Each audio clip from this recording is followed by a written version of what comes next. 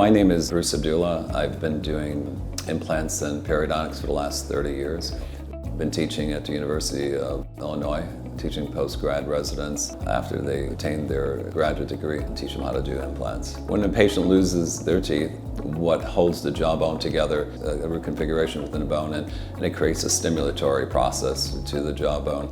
And so when you lose a tooth, the next best thing it would be implants. It takes on the same topography and shape as their natural root, and it simulates them in terms of the stimulation and maintains the ridge architecture. I tell patients the best thing to have is their natural teeth, but if you have to get a replacement, the implant would be your best substitute.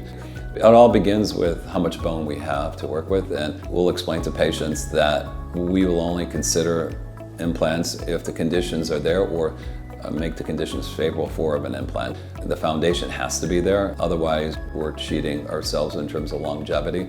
In all our offices today, the standard of care is using a cone beam imaging, and so we start with that process and work the patient from there. And so depending on what they have to begin with, and that gives us a blueprint of the patient's bony architecture.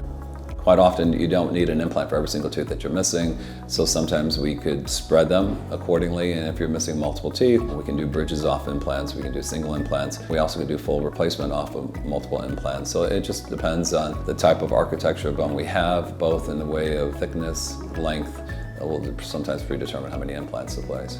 Building that footing again and redeveloping that bone. So anything's on the table when it comes to implants.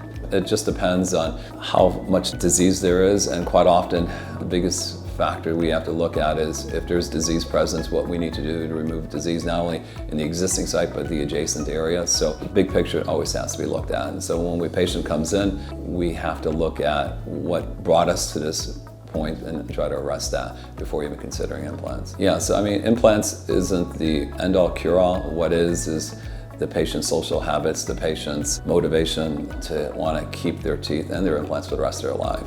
And so there is no easy fix. The best way of therapy, ultimate longevity, is just looking at what we need to do to transcend from where we're at today to the future. Yeah. You know, I just say, just be in the best hands possible before you start treatment. Don't go with the easiest path by what you're seeing on television. So educate yourself, ask questions, and know who you're getting treated by before you start treatment.